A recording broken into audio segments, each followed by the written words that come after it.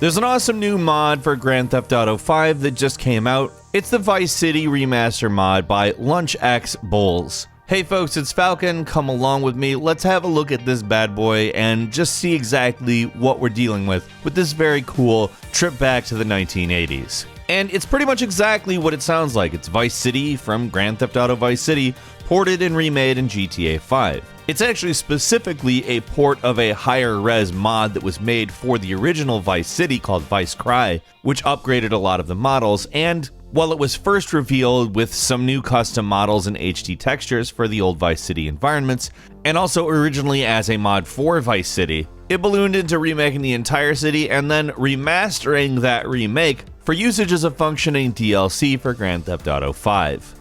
In this mod, you've got some of the classic cars, all of the iconic locations, and even some of the more memorable characters of the game making an appearance. Just looking at the feature list for the thing, you can really tell they went all in on this. It's not a wonder it took almost 5 years to get to the 1.0 official release. Modder teams are often very small, sometimes only one person. I mean, we had more than one person involved here, but this was a very small modding team of less than 10 people, obviously not working full-time at all, led by someone named Dave, and they really all deserve a lot of credit. There's remade interiors, bump mapped roads and buildings, spec maps windows with reflections. In all seriousness, looking at this game moving when there's been rain in the Vice City area, in Vice City instead of in Los Santos, I mean, it's really a treat because this city particularly lends itself to that, in my opinion. In real life, Miami is really a center of tons of different weather,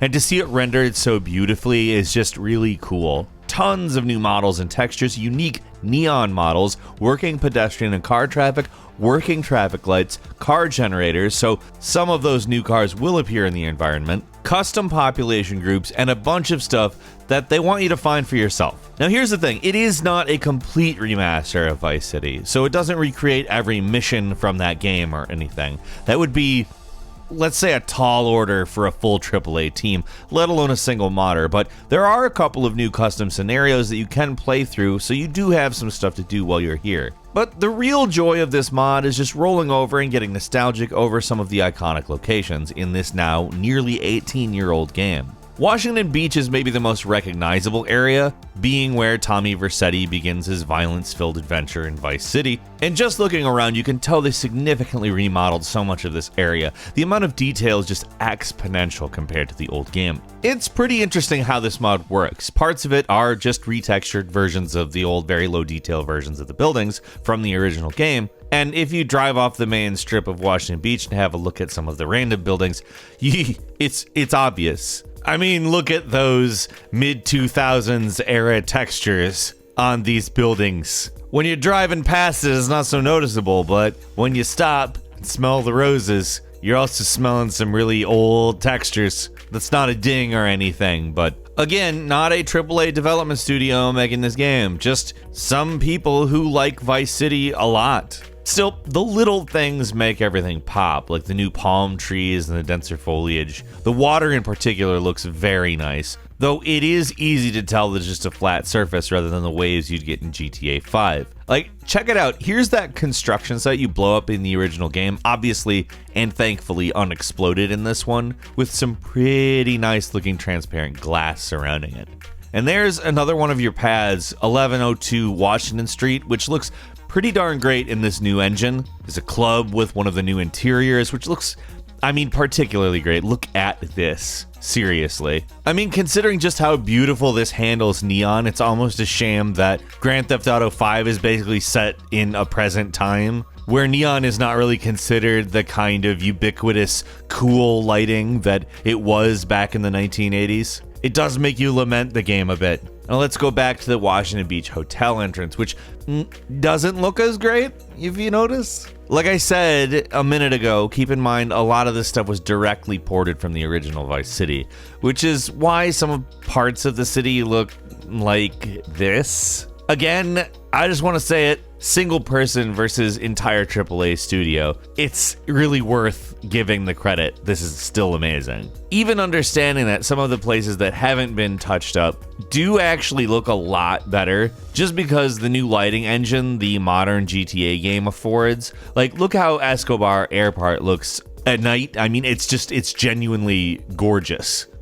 It's also a throwback to an era when Rockstar hired a lot more celebrity actors, something they stopped doing not because they couldn't afford it, but for two key reasons. The first is they think that unknown actors that you don't recognize and aren't trying to put them in the scene mentally is actually better for immersion's sake, but here's the real reason. They don't cast big actors because they got tired of dealing with their egos. Ray Liotta turned up really sore from playing basketball, apparently, and was kind of a jerk about the game. And Burt Reynolds also wanted them to say attaboy after recording takes. Really, this mod isn't about the little details. It's about that awesome skyline and taking a helicopter up to get the full scope of the city. It's here where the mod really just has the original Vice City beat. You wouldn't even dream of draw distances like this playing the original game. I mean, no matter how nice of a day it was super foggy too. In fact, that probably brings up the biggest improvement in this mod.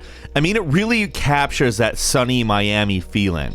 I mean, in the original game, while it was pretty groundbreaking in its time, it was kind of murky and ugly. There wasn't that kind of ambiance that you really think of when you see pictures of Miami or think of Miami or see it in a film or something like that. Modern games really have all of these various types of shaders where the image itself is manipulated beyond that of what's simply rendered. Like, most weather effects come from a shader of some sort, and really Grand Theft Auto 5's shaders are still pretty nice looking, despite honestly that not being a particularly new game at this point. But if you go back to the original Vice City, everything's just darker in the original game, even during the day, and it doesn't pop like the graphics in this new version of it. Obviously, this is basically the built-in allure of this kind of mod. The sun-beaten high-contrast visuals just go so well with the 80s pastel look that Vice City was going for, and it really feels like how this city was meant to be seen.